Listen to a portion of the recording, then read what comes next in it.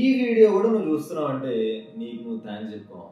ఎందుకంటే ఈ రెండు వీడియోలు చూసి ఫిల్మ్ మేకింగ్ కి రోడ్ మ్యాప్ తెచ్చుకుందాం, ఫిల్మ్ మేకర్ అయ్యడానికి ఏమైనా రోడ్ మ్యాప్ దొరుకుతుందేమో అని నువ్వు ఎక్స్పెక్ట్ చేస్తున్నావు అంటే మళ్ళీ యువర్ అంటే రాంగ్ ప్లేస్ బ్రదర్. నువ్వు ఈ రెండు వీడియోలు చూసిన తర్వాత నీ కన్ఫ్యూజన్ ఇంకా ఎక్కువైతుంది కానీ క్లారిటీ అయితే ఏం రాదు. But that's how art is.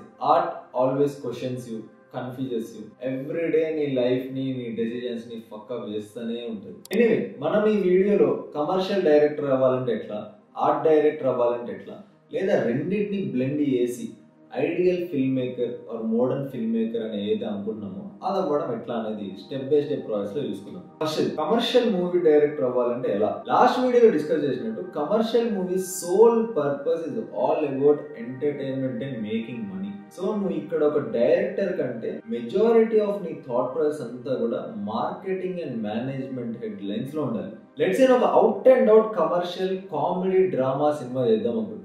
దీనికి నువ్వు చేయాల్సిన పని ఏంది? లాస్ట్ 5 years లో తెలుగులో వచ్చిన ఈ కామెడీ జానర్ మూవీస్ అన్ని తీసుకో. దాంట్లో లీడ్స్ ఎవరు, ఎంత బడ్జెట్ పెట్టారు, ఏ ప్రొడక్షన్ హౌస్ బ్యాకప్ చేసింది, ఎంత కలెక్షన్ చేసింది అనేది మొత్తం డీటెయిల్ గా రాసుకో. దీంట్లో ఎక్కువ బడ్జెట్ పెట్టి తక్కువ కలెక్ట్ చేసిన మూవీస్ కంటే తక్కువ బడ్జెట్ పెట్టి ఎక్కువ కలెక్ట్ చేసిన మూవీస్ ని సెలెక్ట్ చేసుకో. ఇప్పుడు తక్కువ బడ్జెట్ పెట్టి ఎక్కువ కలెక్ట్ చేసిన మూవీస్ చేసిన మార్కెటింగ్ స్ట్రాటజీని ఫాలో అప్ చేయి. అసలు వాళ్ళు మార్కెటింగ్ స్ట్రాటజీ ఎట్లా చేసారు? చాలా మంది టీజర్లు, ఫస్ట్ లుక్లు, సాంగ్స్, వ్లాగ్స్ అని చాలా రకాలుగా మార్కెటింగ్ స్ట్రాటజీ చేస్తూ ఉంటారు. కొంతమంది డైరెక్టర్లు, మ్యూజిక్ డైరెక్టర్లు కలిసి స్కెచ్ వీడియోలు కూడా చేస్తూ ఉంటారు. కొంతమంది ఆన్ సెట్ లో వ్లాగ్స్ చేస్తుంటారు, ప్రాంక్స్ చేస్తుంటారు. ఇట్లా రకరకాలుగా మూవీకి సంబంధించిన మార్కెటింగ్ స్ట్రాటజీలు జరుగుతూ ఉంటాయి. ఇలా నీ జానర్ కి సంబంధించిన మూవీస్ వాళ్ళు ఎట్లాంటి మార్కెటింగ్ స్ట్రాటజీ ప్లే చేసారు అనేది మొత్తం లిస్ట్ డౌన్ చేసుకొని ఒక కేస్ స్టడీ లా తయారు చేసుకో. మరి డైరెక్షన్ రిలేటెడ్ ఏం చేయాలి మామా అంటే simple, read all the books related to film making. ఎందుకంటే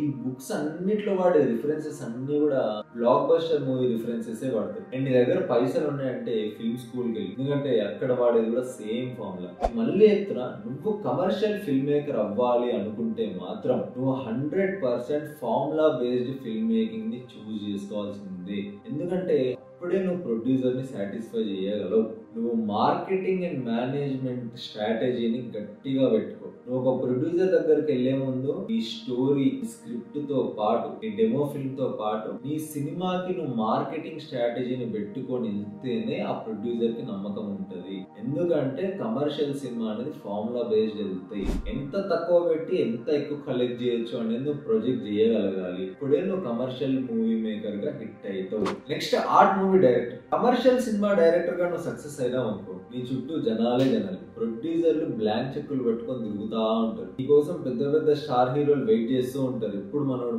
నాతో సినిమా ఇస్తాడు, ఎప్పుడు మనోడు నాతో సినిమా తీస్తాడు అని. బట్ ఆర్ట్ డైరెక్టర్ అవ్వాలంటే మాత్రం నీ చేతిలో పైసలు ఉండవు.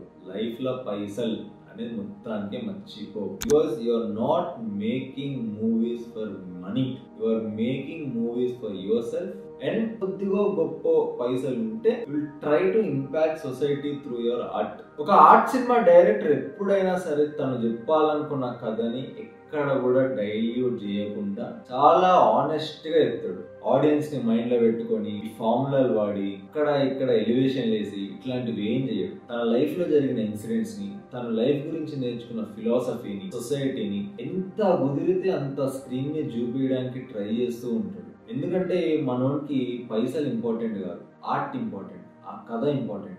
ఆర్ట్ మూవీ డైరెక్టర్ అవ్వాలంటే పైసలు ఉండవు అంటున్నావు అమ్మ, మరి బ్రతకాలంటే పైసలు కావాలి కదా అంటావా? నేను చెప్పేది అదే, నీకు నువ్వు బ్రతకడానికి పైసల్ని సంపాదించుకో. ఇంకొకటి నువ్వు ఎట్లా బ్రతుకుతున్నాడు అని చెప్పడానికి సంపాదించుకో. నువ్వు బ్రతకడానికి అంటే కూడు, గుడ్డ, గోచి ఇవి కావాల్సినవన్నీ కొనుక్కోవడానికి, ఈ లైఫ్ లో ఉండడానికి, నీ బేసిక్ నీడ్స్ కోసం నీకు కావాల్సిన పైసలు ఎంత? మహా అంటే ఒక మనిషికి 15,000 20,000 ఉంటే మాక్సిమం సరిపోతుంది. ఇంకా దాంట్లో నువ్వు మందావచ్చు, సిగరెట్ కూడా కొట్టవచ్చు అలవాటు ఉంటే. ఈ పైసలు నువ్వు సంపాదించుకునేలాగా నువ్వు ఫిగర్ అవుట్ చేసుకోవాల్సిందే. అది నువ్వు ఎట్లా సంపాదించుకుంటావు ఏందనేది నీ తెలివి మీద డిపెండ్ అయి ఉంటుంది. నువ్వు ఫోటోగ్రఫీ చేసుకుంటావా, ఎడిటింగ్ చేసుకుంటావా, విఎఫ్ఎక్స్ చేసుకుంటావా, రాసుకుంటూ సంపాదించుకుంటావా అనేది నీ స్కిల్ మీద డిపెండ్ అయి ఉంటుంది.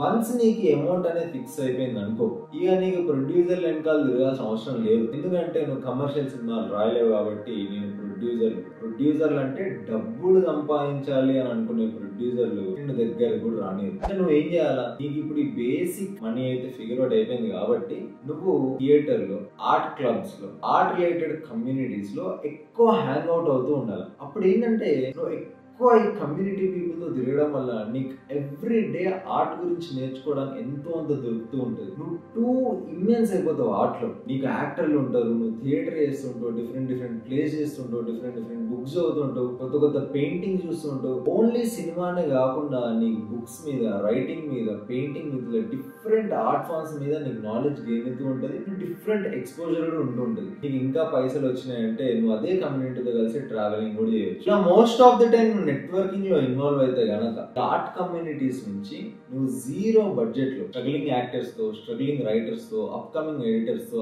అప్కమింగ్ సినిమాటోగ్రాఫర్స్ తో కలిసి షార్ట్ ఫిల్మ్ లో లేకపోతే వర్టికల్ ఫిల్మ్ లో చేసి నీ ఇన్స్టాగ్రామ్ లోనో యూట్యూబ్ లోనో పోస్ట్ చేసుకుంటూ ఉండొచ్చు. ఇక్కడ నువ్వు ఫిల్మ్ బుక్స్, ఫిల్మ్ స్కూల్ ఇవన్నీ వెళ్ళాల్సిన అవసరం లేదు. ఎందుకంటే ఇక్కడ నీ కథ నువ్వే క్రియేట్ చేసుకుంటావు. ఈ కథను ఎట్లా చెప్పాలనేది నువ్వే డిజైన్ చేసుకుంటావు. Here you will be the master of your self. ఇక్కడ నువ్వు సినిమా తీసేది, కథలు చెప్పేది నీ కోసం, ఆడియన్స్ కోసం కాదు. నీ first short film or first vertical film ఎంత గలీజ్ వచ్చినా సరే నువ్వు డిసప్పాయింట్ అవ్వాల్సిన అవసరమే లేదు. అన్లైక్ కమర్షియల్ మూవీ డైరెక్టర్, ఇక్కడ నువ్వు సినిమా తీసేది సినిమా కోసం. ఇదేదో మరి చాలా డిప్రెసింగ్ లైఫ్ లా ఉంది.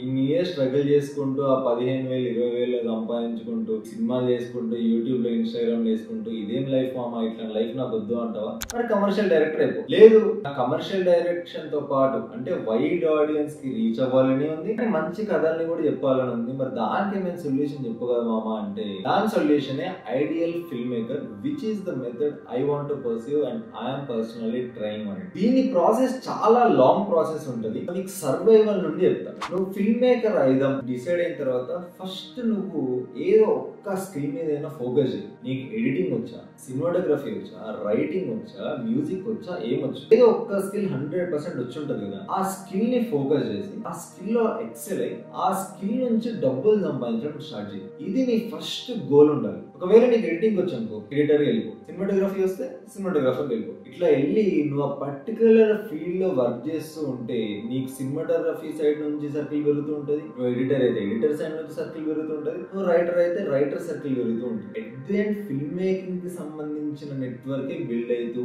ఉంటుంది. సో ఫస్ట్ నీ స్కిల్ మీద ఫోకస్ చేయి. అప్పుడు ఏంటంటే నీ ప్యాషన్ ఉంటుంది, పాకెట్ లో పైసలు కూడా వస్తూ ఉంటాయి.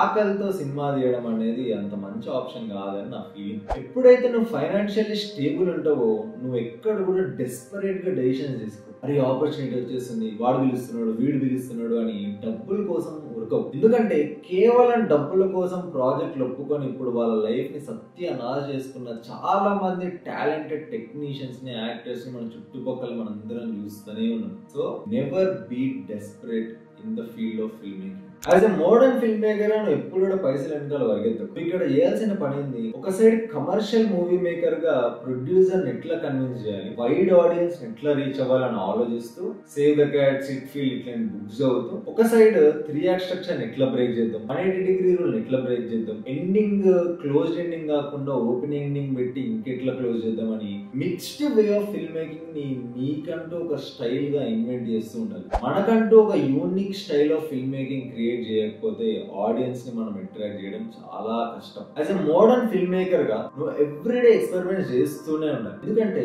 నువ్వు ఒక పక్కన కమర్షియల్ యాంగిల్ లో వైడ్ ఆడియన్స్ కి రీచ్ అవుతూనే ఈ కథను కూడా నువ్వు చాలా స్మూత్ గా చెప్పగలగాలి. మెయిన్లీ ఎవ్వరి మనోభావాలు దెబ్బతినకూడదు. మెయిన్లీ ప్రొడ్యూసర్ మనోభావాలు అస్సలకే దెబ్బతినకూడదు. ఎందుకంటే వన్స్ నువ్వు ప్రొడ్యూసర్ ని డిసప్పాయింట్ చేసినావు అనుకో నీ ఫస్ట్ ఛాన్స్ లోనే, దాని తర్వాత నీ దగ్గరికి ప్రొడ్యూసర్లు రావడం ఆర్ నువ్వు ప్రొడ్యూసర్లను అప్రోచ్ అవ్వడం చాలా కష్టమవుతుంది. ఒక ప్రొడ్యూసర్ ని కలిసినప్పుడు కమర్షియల్ సినిమా స్టోరీ తీసుకెళ్తే ఇది ఎందుకు హిట్ అవుతుంది అని చెప్పడానికి నీ కమర్షియల్ మూవీ రిఫరెన్సెస్ ఉంటాయి. ఒక ఆర్ట్ సినిమా అనుకో, పైసలు పోతే పోయినాయి అని పెట్టే ప్రొడ్యూసర్లు కూడా ఉంటారు. బట్ నువ్వు ఒక మోడర్న్ ఫిల్మ్ మేకర్ లైన్స్ లో ఉన్నావు అనుకో, నువ్వు కథని కన్వే చేయాలి, నువ్వు కమర్షియల్ యాంగిల్ ని కూడా కన్వే చేయాలి. ఇది చాలా కష్టమైన జాబ్. సో నువ్వు ఒక ప్రొడ్యూసర్ దగ్గరికి వెళ్ళినప్పుడు as a modern or ideal film maker గా నువ్వు తీసుకెళ్లాల్సిన స్ట్రెంగ్త్ ఏంది, నువ్వు క్యారీ చేయాల్సిన మెటీరియల్స్ ఏంటంటే ఫస్ట్ బౌండెడ్ స్క్రిప్ట్ తీసుకెళ్తే ప్రొడ్యూసర్ కి ఎప్పుడైనా సరే ఒక ధైర్యం ఉంటుంది. ఓకే, మనోడు ఇన్ని రోజులు కూర్చొని స్టార్ట్ టు ఎండ్ కంప్లీట్ చేసిండు అని. సెకండ్,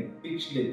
నీకు కావాల్సిన లొకేషన్లు, క్యారెక్టర్లు, మ్యూజిక్ అన్ని రిఫరెన్స్లను ఒక ప్యాకేజ్ లో పెట్టుకొని పిచ్ డెక్ తయారు చేసుకొని తీసుకెళ్ళి, దాంతో పాటు నువ్వు ఒకవేళ డెమో ఫిల్మ్ తీసుకున్నా, షార్ట్ ఫిల్మ్ తీసుకున్నా, దాన్ని కూడా అటాచ్ చేసి, దీంతో పాటు నువ్వు మార్కెటింగ్ స్ట్రాటజీని కూడా 100% క్యారీ చేయాల్సిందే. మార్కెటింగ్ స్ట్రాటజీని క్యారీ చేయి, ఎంత ఎస్టిమేటెడ్ బడ్జెట్ అవ్వచ్చో చేయి, ఎంత ఎస్టిమేటెడ్ రిటర్న్స్ రావచ్చో కూడా చెయ్యి. నీకున్న నాలెడ్జ్ లోనే నీకు క్యాలిక్యులేట్ చేయి. నీకు నైజాం డిస్ట్రిబ్యూషన్ మీద ఐడియా ఉంటే నీకు నైజాం దిరై, కృష్ణ డిస్ట్రిబ్యూషన్ మీద ఐడియా ఉంటే కృష్ణ దిరై, ఏదో ఒక్క ఫీల్డ్ అయినా సెలెక్ట్ చేసుకొని నీకు ఎంత నాలెడ్జ్ ఉందో అంత నాలెడ్జ్ నువ్వు పేపర్ మీదనో మెయిల్ లో పెట్టడానికి ట్రై చేస్తూ ఉండు. దీంతో పాటు mainly as a modern film maker గా ప్రొడ్యూసర్ మనల్ని యాక్సెప్ట్ చేయాలంటే main point conviction and confidence. అంటే ఈ ప్రొడ్యూసర్ కి ఎప్పుడైతే మనం స్క్రిప్ట్ చెప్తామో, భయ్యా ఇది స్టోరీ, ఇది సినిమా, ఇది నేను చేస్తున్నా, నువ్వు వచ్చి నాకు పైసలు పెడితే ఇది కొంచెం ఫాస్ట్ అవుతుంది, లేకపోతే నేను కొంచెం మెల్లగా చేసుకుంటా. సో ప్రొడ్యూసర్ ఇన్వాల్వ్ అయినా